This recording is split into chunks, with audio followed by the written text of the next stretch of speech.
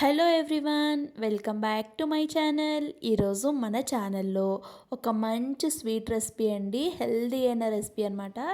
చాలా టేస్టీగా ఉంటుంది, చాలా ఈజీగా ప్రిపేర్ చేసుకోవచ్చండి.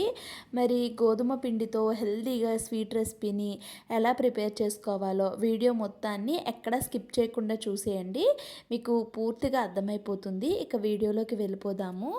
దానికోసం నేను ఇక్కడ ఒక పెద్ద బౌల్ తీసుకొని దాంట్లోకి 2 కప్పుల వరకు గోధుమ పిండిని తీసుకుంటున్నానండి. 2 కప్పుల వరకు గోధుమ పిండి తీసుకున్నాను కాబట్టి స్వీట్లోకి సాల్ట్ వేసుకుంటే టేస్ట్ బ్యాలెన్సింగ్ అయ్యి చాలా బాగుంటుంది.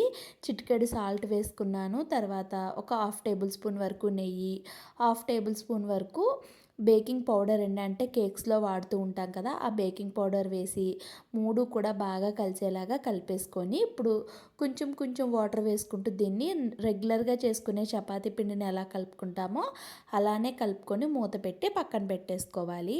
ఇప్పుడు లోపల స్టఫింగ్ కోసం ఒక మిక్సీ జార్ తీసుకొని దాంట్లోకి నేను ఇక్కడ ఒక చిన్న కప్తో 1 కప్పు వరకు వేపిన శనగపప్పు, దీన్నే పుట్నాల పప్పు అని కూడా అంటూ ఉంటారండి, అది వేసుకున్నాను. ఒక 10 నుంచి 12 వరకు బాదం, అలానే కొంచెం అంతా బెల్లం పొడి, అలానే కొంచెం ఎండు కొబ్బరి, ఒక 3 యాలకులు కూడా వేసుకున్నాను. వేసుకొని మిక్సీ పట్టుకుంటున్నాను.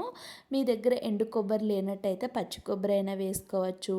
లేదు అనుకుంటే మార్కెట్లో మనకి డ్రై కోకోనట్ పౌడర్ దొరుకుతూ ఉంటుందండి, అదైనా కూడా వేసుకోవచ్చు.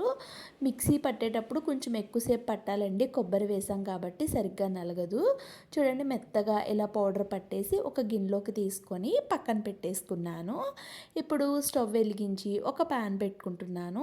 ప్యాన్ పెట్టుకొని మనం 2 కప్పుల వరకు గోధుమ పిండి తీసుకున్నాం కాబట్టి ఇక్కడ నేను 1.5 కప్పు వరకు బెల్లం వేసుకున్నాను. బెల్లమే కాబట్టి హెల్దీ అండి, ఎంతైనా వేసుకోవచ్చు. ఇప్పుడు దీంట్లోకి 1 కప్పు వరకు వాటర్ వేసుకున్నాను. వాటర్ వేసుకొని ఇక్కడ బెల్లం మొత్తాన్ని కరిగించుకుంటున్నాను. చూడండి, బెల్లం మొత్తం ఇలా కరిగి ఒక మరుగుతూ ఉన్నప్పుడు దీంట్లోకి కొంచెం అంతా యాలకుల పొడి వేసుకోవాలి. యాలకుల పొడి వేసుకొని సిమ్ ఫ్లేమ్లో పెట్టుకొని దీన్ని 1-2 నిమిషాలు అయితే బాగా మరిగించాలండి. బాగా మరిగిన తర్వాత లైట్గా మనకి జిగురుగా తీగ ఫామ్ అయితే సరిపోతుంది. అలా పాకం వచ్చినప్పుడు స్టవ్ ఆఫ్ చేసి పక్కన పెట్టేసుకున్నాను. ఇప్పుడు ముందుగా నానబెట్టినటువంటి గోధుమ పిండిని కొంచెం కొంచెం చిన్న చిన్న పిండి ముద్దల్లా చేసుకోవాలి. మీకు ఎలా వీలైతే అలా చేసుకోండి. పెద్దగా కావాలి అనుకుంటే పెద్దగా, చిన్నగా కావాలి అనుకుంటే చిన్నగా చేసుకోండి. నేనైతే ఇక్కడ మీడియంగా చేసుకొని దీన్ని పొడి పిండి కొంచెం పిండి వేసుకొని రెగ్యులర్గా చపాతీని ఎలా అయితే చేసుకుంటామో అలానే చేసుకోవాలి. కాకపోతే మరీ మందంగా ఉండకూడదు, అలానే మరీ పలుచగా ఉండకూడదండి, కొంచెం మీడియంగా చేసుకోవాలి. చూడండి, ఇక్కడ నేను ఈ మాత్రం మందంలో అయితే చేసేసుకున్నాను. చేసుకొని దీన్ని ఇలా మొత్తం అన్నిటినీ చేసుకొని ఒక ప్లేట్లోకి అయితే తీసేసుకున్నాను.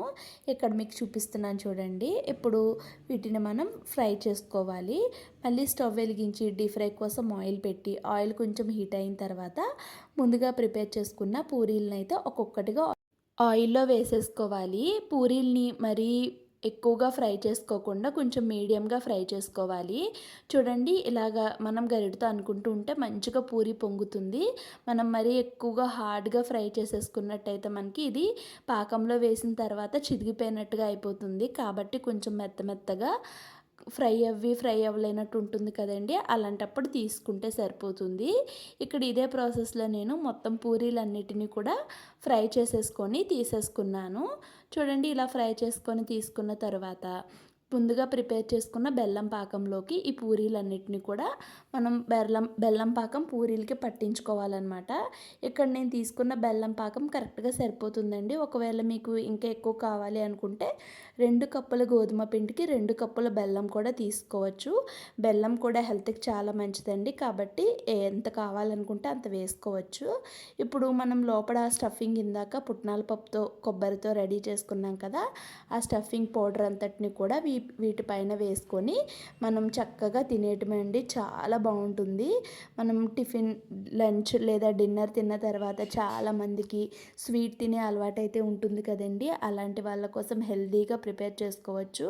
అలానే కాదండి, ఎప్పుడు స్వీట్ తినాలనిపించినా హెల్తీగా ఈ స్వీట్ని అయితే ఒకసారి ట్రై చేయండి. ట్రై చేసిన తర్వాత మీకు ఎలా అనిపించిందో కామెంట్ సెక్షన్లో కామెంట్ చేయండి. వీడియో నచ్చితే లైక్ చేయండి.